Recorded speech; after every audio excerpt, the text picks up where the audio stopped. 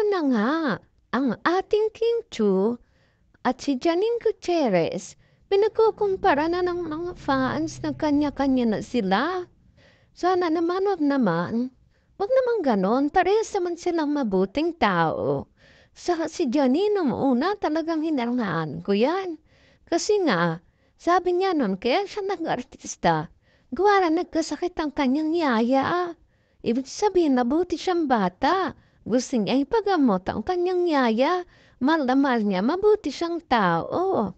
At ito naman si Kim Chiu, nasubaybayan ko rin yan sa PBB, nagpalipat-lipat ng lugar, kung saan-saan lugar nakatira, kung saan-saan nag-aaral.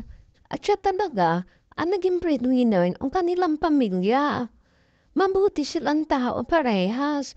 At tungkol naman din sa pagre-retoke, siguro naman kung may totoo man ganun siguro, hindi naman masama yun. Pero sa tingin ko, wala naman nagparitoke. At saka sa pinag-aaralan naman, di naman natin masisisi kung hindi nakapagtapos yung iba. Kasi may kanya-kanya sila kasing goal sa buhay. Ganon, huwag naman tayong napanghusga sa kapwa. Humanga na lang tayo. Kasi ang paghanga, ibig sabihin yan, hinahanga natin sila dahil mabuti sila.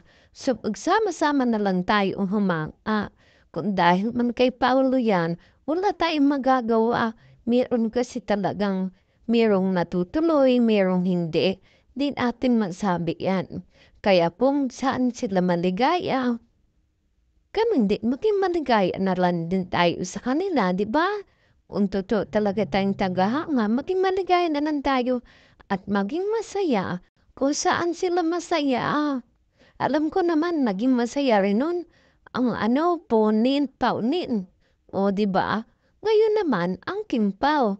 Masaya na naman din ngayon si Janine kay Eko, di ba?